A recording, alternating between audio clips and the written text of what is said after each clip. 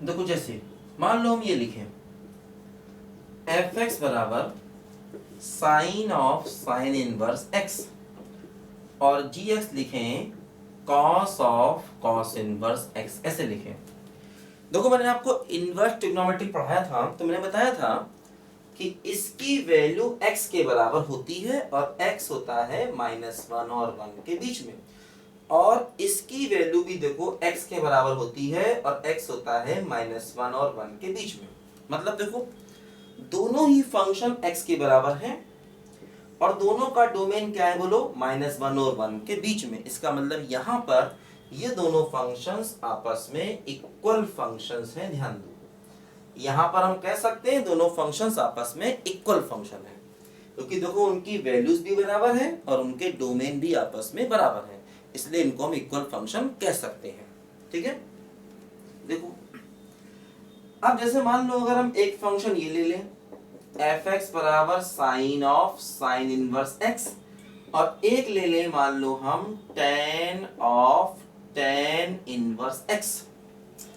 अब देखो इसकी वैल्यू x होगी तो x क्या होगा, -1 और 1 के बीच में।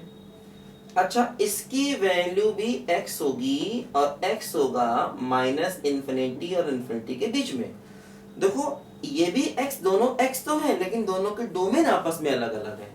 इसका मतलब ये फंक्शन भी आपस में इक्वल फंक्शन नहीं होंगे, इनको हम आइडेंटिकल फंक्शन नहीं कह सकते। ध्यान दो, है ना।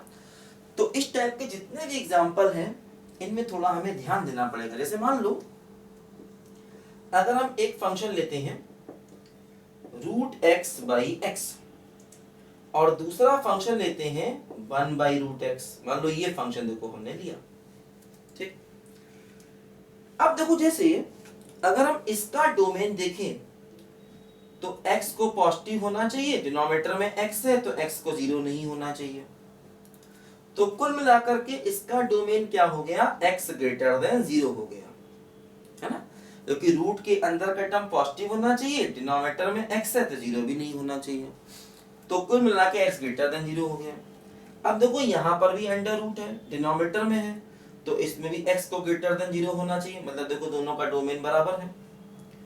और इस रूट को इससे काट दे तो इसके बराबर आ जाएगा, है ना। देखो √x/x है तो इसको लिख सकते हैं √x × √x, एक रूट काट दिया तो 1/√x। मतलब अगर आप x की कोई वैल्यू रखोगे तो दोनों के रिजल्ट भी बराबर आएंगे।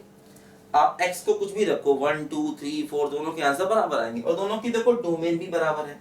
इसका मतलब हम कह सकते हैं कि दोनों के दोनों फंक्शंस आपस में इक्वल फंक्शन हैं, दोनों के दोनों फंक्शंस आपस में इक्वल फंक्शन है, यहाँ पर कह सकते हैं, क्योंकि फंक्शन की वैल्यूज भी बराबर है और उनकी डोमेन भी बराबर है ना।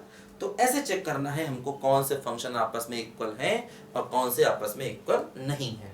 ठीक है, काफी अच्छा क्वेश्चन होता है, इससे हमें और थोड़े बेसिक क्लियर होते हैं। इसके पहले भी मैंने इसकी कुछ बातें की होंगी, है ना। ये क्वेश्चन ये टर्म मैंने आपको पहले ही बताए होंगे, लेकिन अब मैंने आपको और डिटेल से इनको समझा दिया। सब बच्चे घर प्रैक्टिस करना, लिखो बच्चों ध्यान से इसको।